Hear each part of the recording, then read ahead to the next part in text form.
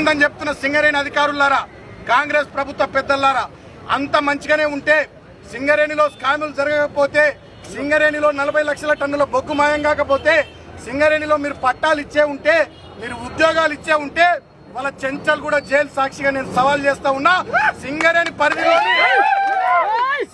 పరిధిలోని బెల్లంపల్లి అసెంబ్లీ నియోజకవర్గం నుండి సత్తుపల్లి దాకా, బెల్లంపల్లి, చెన్నూరు, మంచిర్యాల, రామగుండం, మంతిని, భూపాలపల్లి, ఇల్లందు, మనుగూరు, సత్తుపల్లి ఎమ్మెల్యేల చేత, కాంగ్రెస్ ఎమ్మెల్యేల చేత రాజీనామా చేయించండి.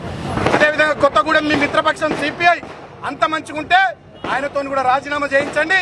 సింగరేణి కోల్బెల్ట్ ఏరియాలో ఉప ఎన్నికలు తీసుకురండి. అప్పుడు ప్రజలు, సింగరేణి కార్మికులు అక్కడ ఏం జరుగుతుందో ఓట్ల ద్వారా చూపిస్తారు.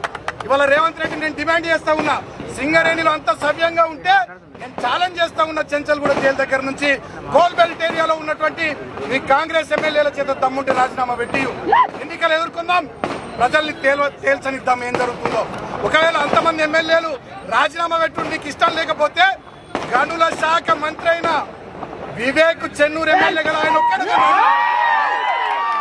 ఆయన ఒక్కడే రాజీనామా పెట్టి చెన్నూరు అసెంబ్లీకి ఉప ఎన్నిక తీసుకురండి.